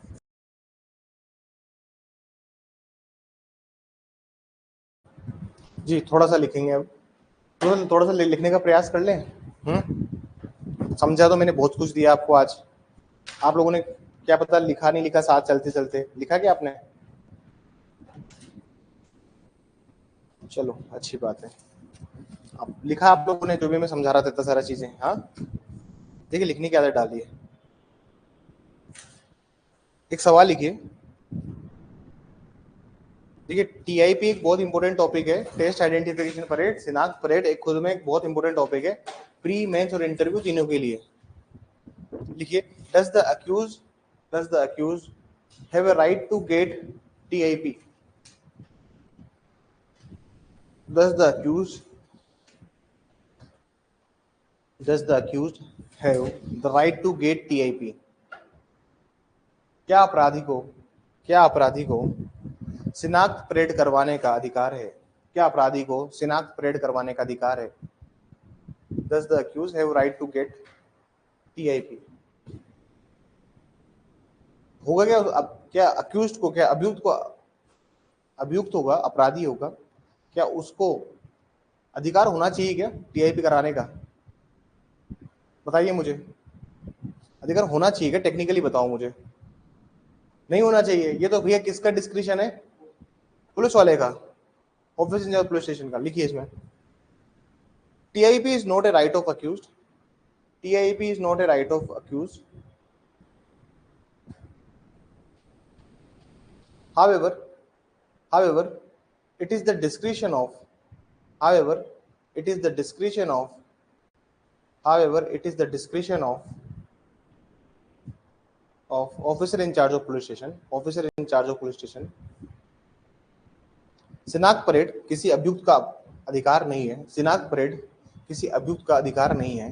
शिनाख्त परेड किसी अभियुक्त का अधिकार नहीं है, बल्कि बल्कि यह पुलिस थाने के बाहर साधक अधिकारी का विवेकाधिकार है।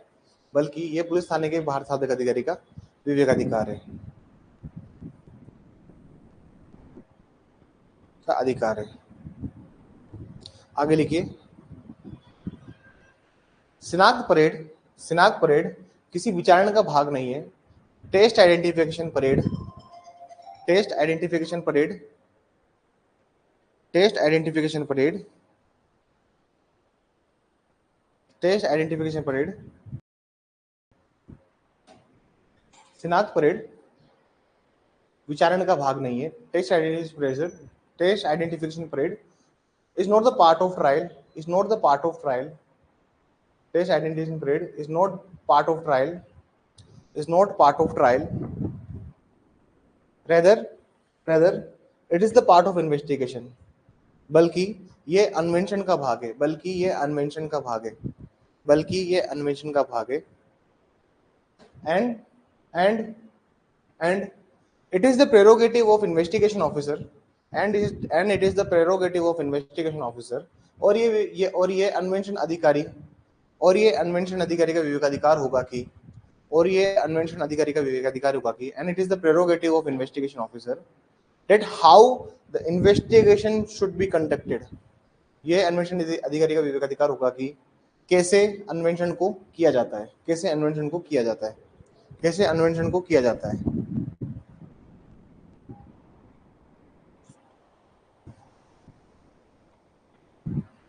ठीक है, थोड़ी सी कहानी समझ में आई टीआईपी की। टीआईपी से एक सवाल गलत नहीं आना चाहिए,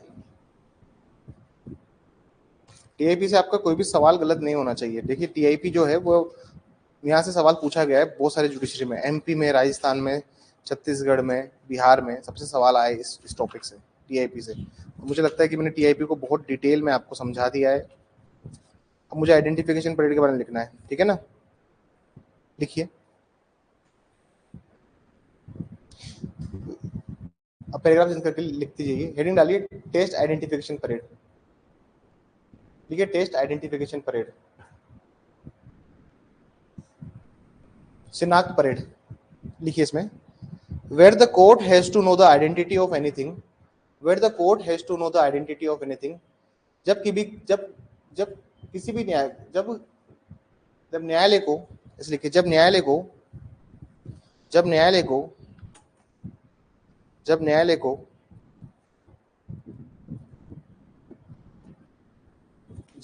को किसी भी वस्तु या व्यक्ति की अनन्यता स्थापित करनी हो, किसी वस्तु या व्यक्ति की अनन्यता स्थापित करनी हो,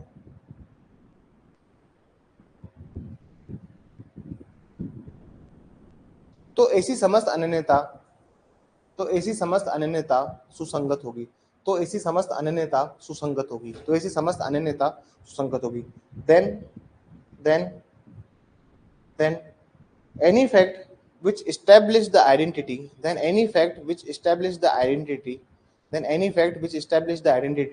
is relevant,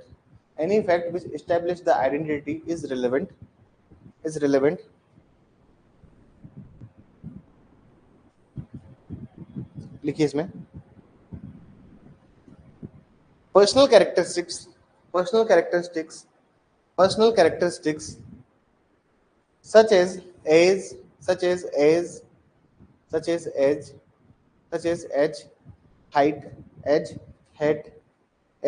height, complexion, voice, handwriting,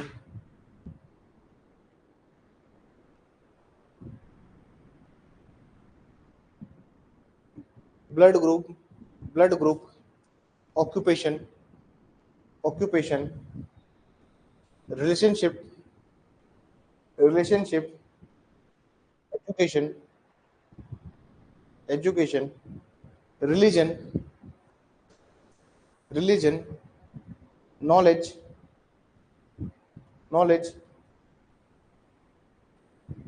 etc. are relevant.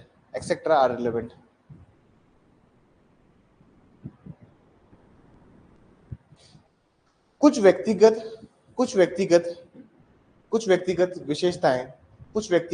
विशेषताएं जिनमें की उम्र, लंबाई,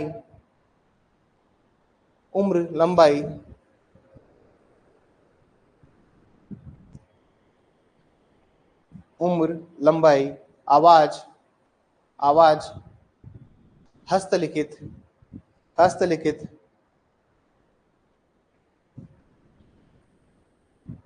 हस्तलिखित,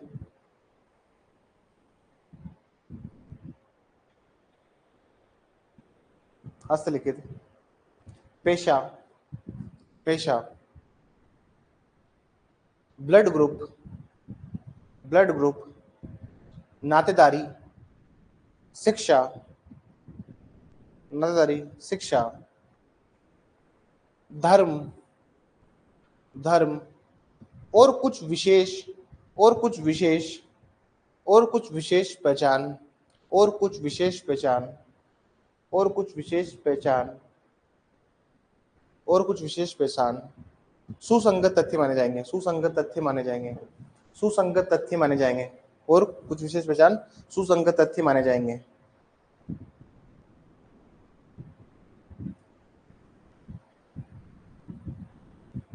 आगे लिखिए, आगे लिखिए, fingerprint, thumb impression, fingerprint, thumb impression, foot marks, foot marks, comparison of writing, comparison of writing, comparison of writing are also included in identification period, are also included in identification period, are also included in identification period। देखिए शिनाख्त period के अंतर्गत, शिनाख्त period के अंतर्गत, शिनाख्त period के अंतर्गत हस्तलिखित, हस्तलिखित,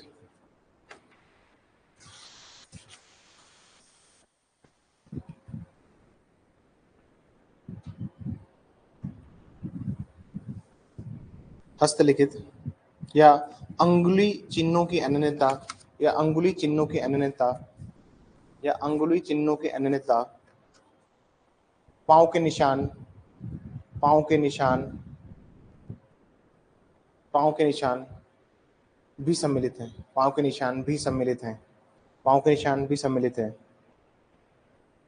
पांव के निशान भी सम्मिलित हैं।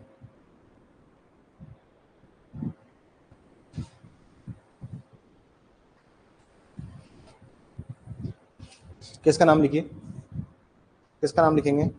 Abdul Wahid Khan versus State of Andhra Pradesh.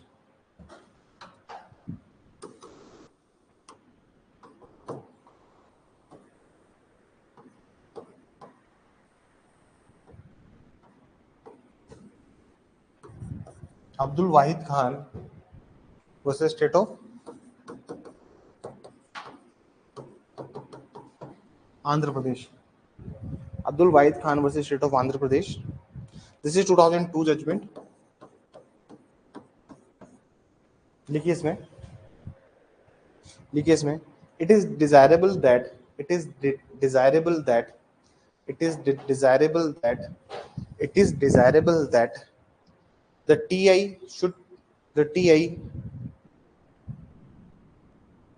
the TIP, the TIP, the TIP should be conducted, should be conducted as soon as after arrest, as soon as after arrest, as soon as after arrest।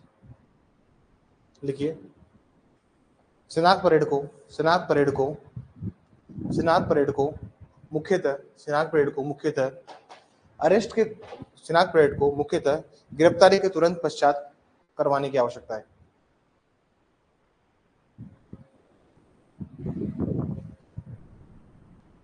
गिरफ्तारी के तुरंत पश्चात करवाने की आवश्यकता है।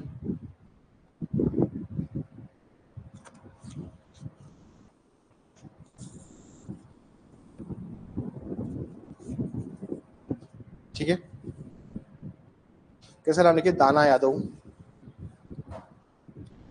दाना Yadav versus State of Bihar.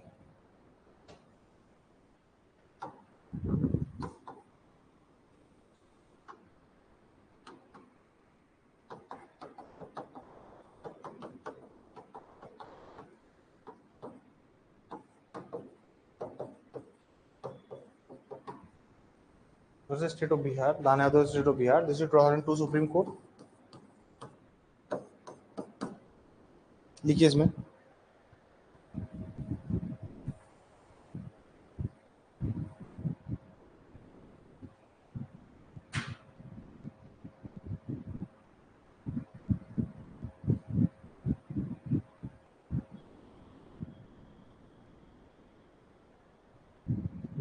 लिखिए, if the test identity if the test identification parade the test identification parade was not conducted by investigation officer was not conducted by investigation officer was not conducted by investigation officer was not conducted by investigation officer the court will become the court will become circumspect the court will become circumspect in that regard in that regard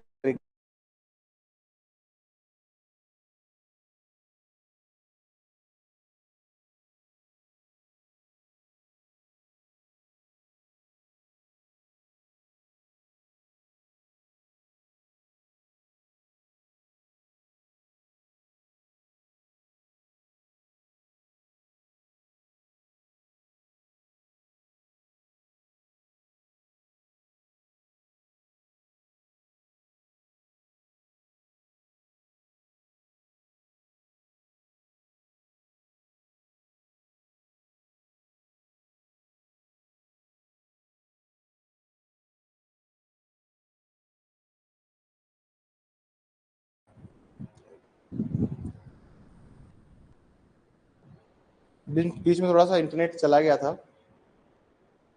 कहा थे लिखवा थे, शिनाख्त parade नहीं करवाई जाती तो न्यायालय तो न्यायालय तो न्यायालय इस अवस्था में तो न्यायालय इस अवस्था में थोड़ा चौकन्ना हो जाएगा थोड़ा चौकन्ना हो जाएगा। अब सर्कमस्पेक्ट को हम लोग क्या बोलते हैं, चौकन्ना बोले या न्यायालय, चौकन्ना छोड़ी, चौकन्ना अच्छा शब्द नहीं है। न्यायालय मामले में ज्यादा एहतियात बरतेंगे, न्यायालय मामले में ज्यादा एहतियात बरतेंगे, ऐसे लिख दीजिए, न्यायालय मामले में ज्यादा एहतियात बरतेंगे, अच्छा शब्द लिखते हैं, न्यायालय मामले में ज्यादा एहतियात बरतेंगे।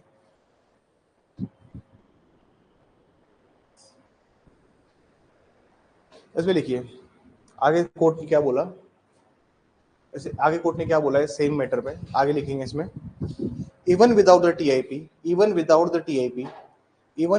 टीआईपी शिनाख्त परेड ना होने की अवस्था में भी शिनाख्त परेड ना होने की अवस्था में भी न्यायालय के समक्ष कराई गई न्यायालय के समक्ष की गई शिनाख्त न्यायालय के समक्ष की गई शिनाख्त न्यायालय के समक्ष की गई शिनाख्त न्यायालय के समक्ष की गई शिनाख्त न्यायालय के समक्ष की गई शिनाख्त न्यायालय के समक्ष की गई शिनाख्त की न्यायालय के समक्ष की गई शिनाख्त की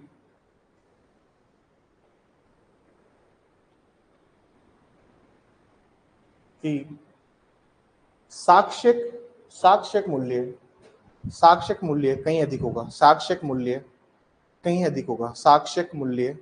अधिक होगा। रिपीट कर देता हूं मैं शीतल पूरी लाइन ना एक बार, साक्ष्यक मूल्य कहीं अधिक होगा, वो शायद कट गया था, कनेक्शन एरर आ रहा था उसमें, साक्ष्यक मूल्य कहीं अधिक होगा। इंग्लिश में लिखिए, इवन इफ द, क्या लिखवा है मैंने, हाँ, even without the TIP the court has held that even without TIP the court has held that identification before court during trial is also highly reliable evidence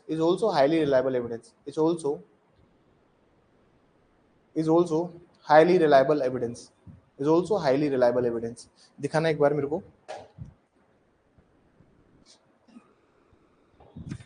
मैं दोबारा ये जो केस है दाना यादव में क्या बोला गया, दाना यादव को पूरा रिपीट कर देता हूँ। यदि अन्वेषण अधिकारी द्वारा शिनाख्त परेड नहीं करवाई जाती तो न्यायालय इस अवस्था में थोड़ा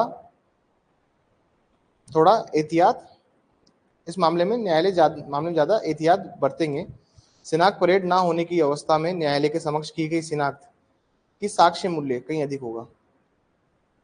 ठीक है, मतलब अब ये कहना चाह रहे हैं कि अगर आप इन्वेस्टिगेशन की स्टेज पर अगर टीआईपी नहीं करा रहे हो तो सर ट्रायल के टाइम पे कोर्ट के सामने शिनाख्त करा लो, कहता ना कि पेश करना होता है तो कपड़ा बांध के लाते हैं मुंह के ऊपर, वो इसलिए लाते हैं क्योंकि टीआईपी नहीं हुआ होता इन केसेस में। अरे भाई किसी आतंकवादी को पकड़ लिया, सुनना, किसी आतंकवादी को पकड़ लिया, अब आतंकवादी को पकड़ लिया, लेकिन आतंकवादी जहाँ रहता था, जिस एरिया में रहता था, उस एरिया के लोग तो पहचानेंगे ना उसको। बात समझ में आ रही है? अगर कोई आतंकवादी को पकड़ा गया है तो जिस एरिया में रहता था वहां के लोग आगे बयान देंगे, अब कोर्ट के सामने सीधा बयान देंगे ना कि हाँ सर यही था वो, क्योंकि टीआईपी तो होगी नहीं ना। आतंकवादी की टीआईपी, आतंकवादी को क्या पुलिस स्टेशन बुलाओगे क्या टीआईपी कराने के लिए? उसकी टीआईपी नहीं हो पाएगी, उसको क्या हो जाएगा? उसको जब ट्रायल चलेगी कोर्ट के अंदर, कोर्ट के सामने पकड़ लेगा कि हाँ सर ये था वो आदमी। तो कोर्ट कह रहा है कि टीआईपी अगर किस केस में अगर नहीं भी हो रही है तो भी कोई दिक्कत नहीं है, आप सीधा कहां चले जाओ, जब कोर्ट में ट्रायल होगा उस टाइम पे आप टीआईपी करा लो। बात समझ में आई कि कोर्ट क्या कह रहा है इस वाले दाना यादव के अंदर? किसका नाम लिखेंगे? Ashwini Kumar versus State of Punjab.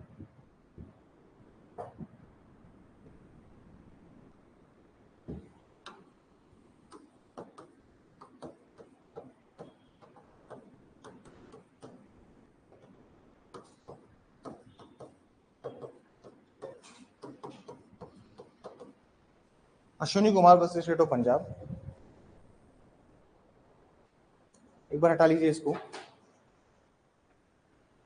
Ashwini Kumar versus State of Punjab.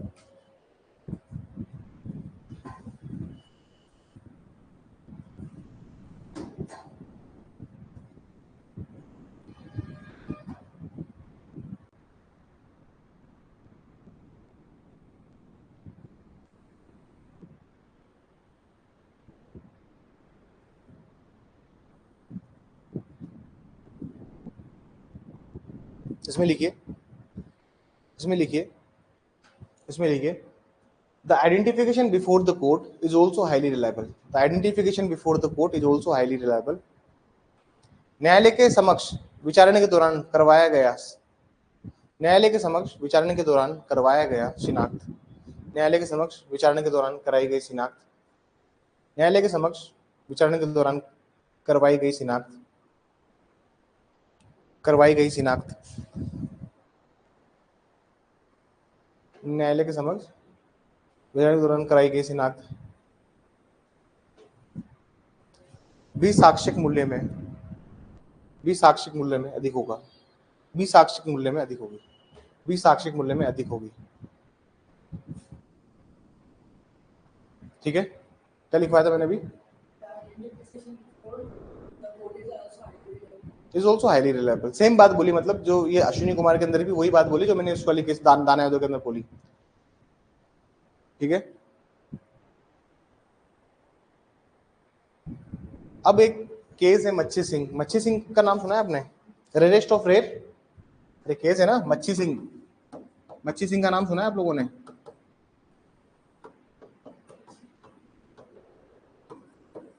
मच्छी सिंह में एक सिद्धांत आया था रेरेस्ट ऑफ रेर। इसके थोड़े से फैक्ट्स बताऊंगा और समझाऊंगा कि क्या हुआ था इसके फैक्ट्स में। 1983 सुप्रीम कोर्ट, आईपीसी में ही पढ़ेंगे हम लोग इसको, मतलब भारतीय न्याय संहिता में पढ़ेंगे। मच्छी सिंह में क्या होता है, रेरेस्ट ऑफ रेर का एक केस था। रेरेस्ट ऑफ रेर का मतलब होता है, क्या कहते हो आप लोग क्या कहते हैं रेरेस्ट ऑफ रेर को हिंदी मीडियम वाले बच्चे?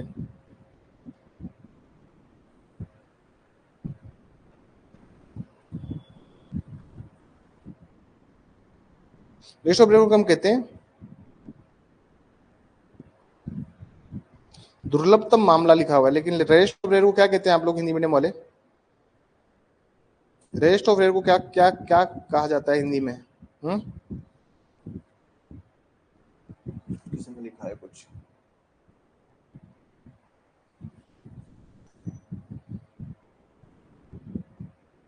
हिंदी में क्या कहते हैं रेरेस्ट ऑफ रेर को? नहीं पता आप लोगों को? दुर्लभ से भी दुर्लभतम मामला ऐसा कुछ कहेंगे, क्या पता, मुझे नहीं पता आप लोग रेरेस्ट ऑफ रेर को क्या कहते हैं।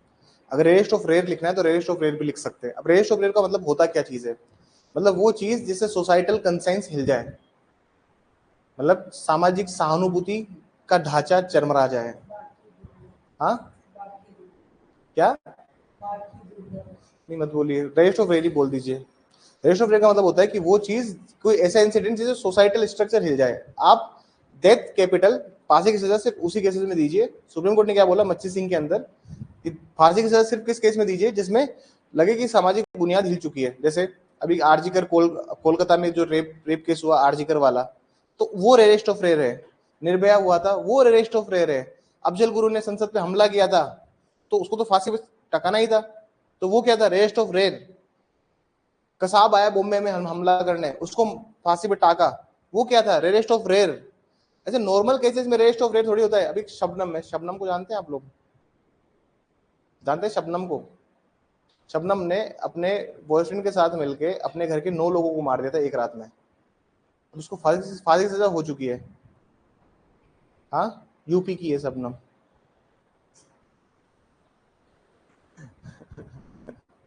शबनम ने अपने अपने बॉयफ्रेंड के साथ मिलके 9 लोगों को एक रात में मार दिया था।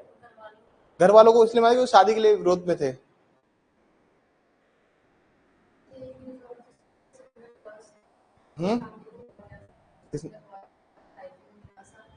नहीं, मानसिक स्थिति अलग हो सकती है, लेकिन लेकिन आप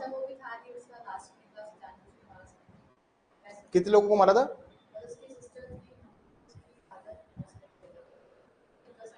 हाँ हाँ, अभी शायद साल 4-5 महीने पुराने केस है ना ये।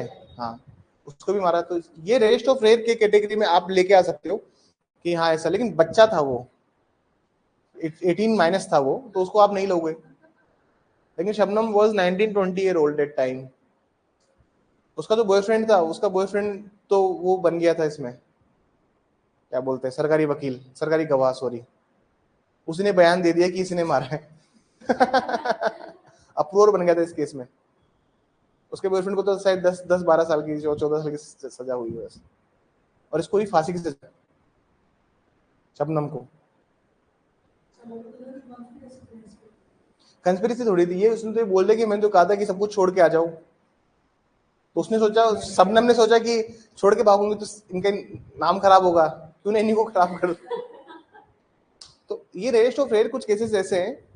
तो मच्छी सिंह को भी क्या था सर, एक रेस्ट ऑफ रेयर केस था। अब इस केस में होता क्या है समझना।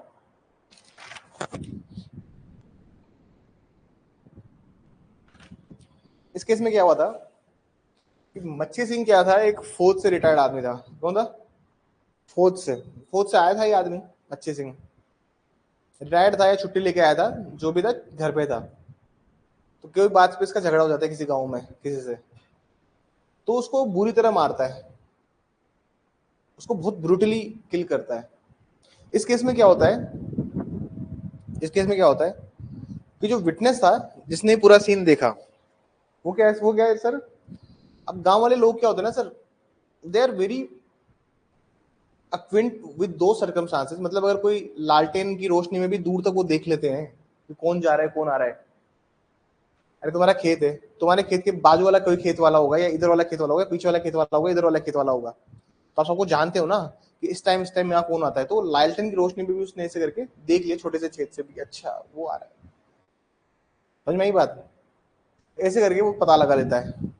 तो कोर्ट ने इस केस में क्या बोला, कोर्ट ने इस केस के अंदर ये बात बोली कि देखिए ऐसी बात है। क्वेश्चन ये हुआ था कि भाई लालटेन की रोशनी में पहचानोगे कैसे। क्वेश्चन ये हुआ था कि लालटेन की रोशनी में पहचान कैसे लिया उसने, आइडेंटिफाई कैसे कर लिया।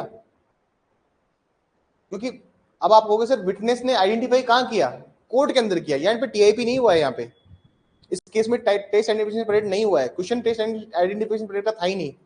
जब मैं आपको कह रहा हूं कि आइडेंटिफिकेशन तो कोर्ट में भी हो सकता है, ड्यूरिंग द ट्रायल भी हो सकता है, जरूरी का इन्वेस्टिगेशन के टाइम ही हो। तो लालटेन की रोशनी में ही आइडेंटिफाइड दैट विटनेस। तो सवाल ये था कि सर ये विटनेस जिसके ऊपर इसको रेस्ट ऑफ रेयर में माना गया है, तो उसने पहचाना नहीं। लेकिन जज साहब जो होते हैं ना, जज साहब पूरी प्रैक्टिकल अप्रोच रखते हैं। जज साहब ने पता है क्या बात कही, जज साहब ने कहा कि देखिए ऐसा होता है, जो गांव के लोग होते हैं ना, वो पहचान लेते हैं। गांव के लोग वो छोटी सी रोशनी पहचान लेंगे कौन हमें जा रहा है, क्योंकि वो उस अनुरूप बने हुए हैं।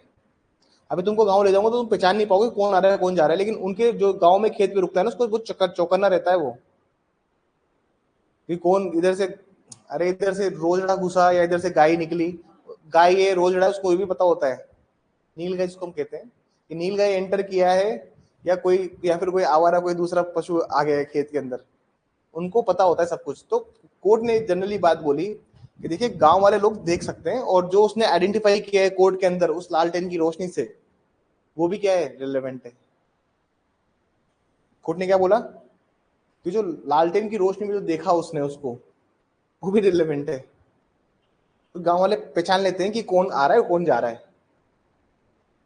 क्योंकि ज्यादा करने कुछ होता नहीं ना सर, वही 15-20-100 लोग होते हैं गाँव में अपने, जो जिससे आप बात करते हो, और समय बहुत होता है गाँव में। ये अच्छा लगता है मुझे। पहले हम लोग दिवाली पे टाइम गाँव जाते थे, लेकिन इस बार तो मैं दिवाली पे शायद गाँव जाना स्किप करूंगा। दिवाली के वेकेशंस के लिए मैं अभी बता देता हूँ आप लोगों को, दिवाली के लिए मैं 2 दिन की छुट्टी दूंगा, और आप चाहें तो कितनी भी छुट्टी करें, मेरी तरफ से तो आप स्वतंत्र हैं।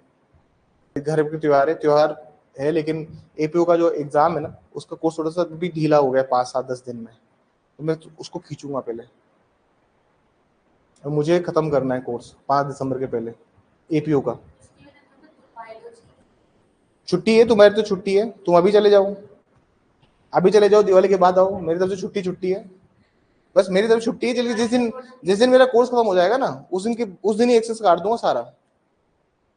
ये भी याद रख लेना, तुम छुट्टी करनी करो, छुट्टी करो, मीटिंग अलहुआ मीटिंग। अलहुआ मतलब क्या होता है, याद क्या होता है? शकरकंदी को बोलते हैं अलहुआ, इस साइड बोलते हैं अपने भरतपुर में भी बोलते हैं, तो तुम्हें बोलते हैं, कहाँ बोलते हैं? यूपी का जो टच वाला एरिया है ना भरतपुर का, उसमें बोलते हैं। चलिए छोड़िए, केस का नाम लिखिए Malkhan Singh versus State of Madhya Pradesh.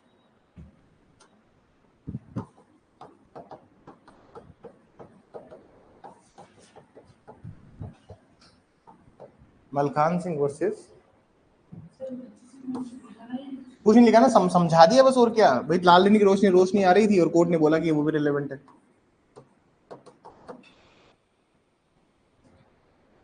हर चीज को लिखवाऊंगा क्या?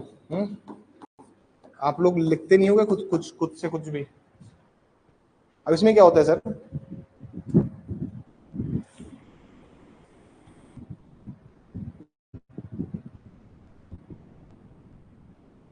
कोर्ट एक सारे केसेस में एक ही बात बोल रहा है, देखो टीआईपी तुम कराओ मत कराओ, देखिए जो शब्द है टीआईपी शिनाख्त परेड, जो शब्द है शिनाख्त परेड, कोर्ट हर केस में ये कह रहा है कि भाई शिनाख्त परेड तुम भले से सेक्शन 9 वाला शिनाख्त परेड तुम मत कराओ, सेक्शन 7 वाला भारतीय साक्ष्य अधिनियम के सेक्शन 7 वाला शिनाख्त परेड तुम मत करवाओ।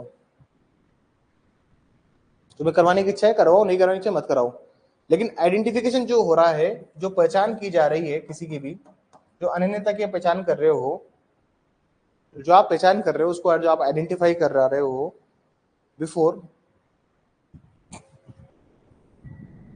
एक सेकंड,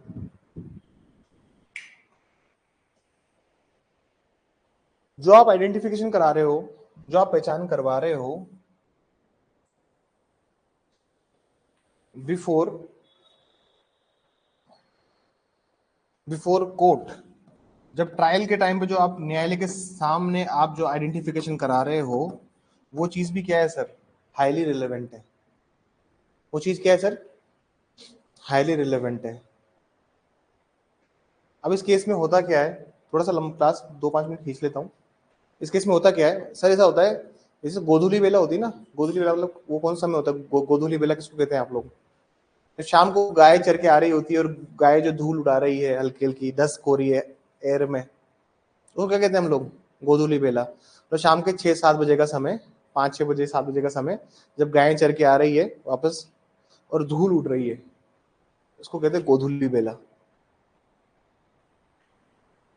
तो उस टाइम पे क्या होता है, एक विक्टिम होती है, उसका गैंग रेप करते हैं, 3 लोग गैंग रेप करते हैं, और उसको आइडेंटिफाई कर लेते हैं, वो विक्टिम आइडेंटिफाई कर लेती है कोर्ट में कि सर इन तीनों ने मेरा रेप किया है।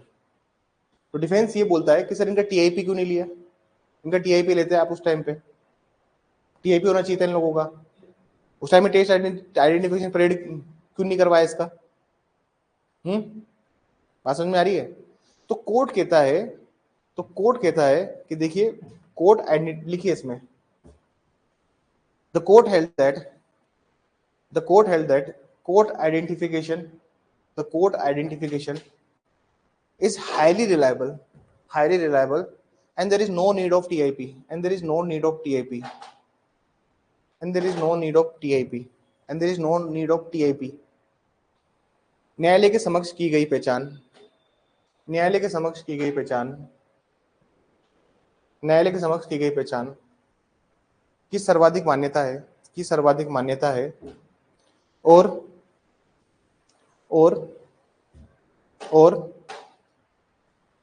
न्यायालय समक्ष की गई पहचान की सर्वाधिक मान्यता है और शिनाख्त परेड की कोई आवश्यकता नहीं है, और शिनाख्त परेड की कोई आवश्यकता नहीं है, और शिनाख्त परेड की कोई आवश्यकता नहीं है। ठीक है, that's all for today, we are concluding this class right now. ठीक है, कल अभी 10 मिनट बाद वापस हम लोग सीपी से स्टार्ट करेंगे। ठीक है, that's all for today, thank you. तो चाय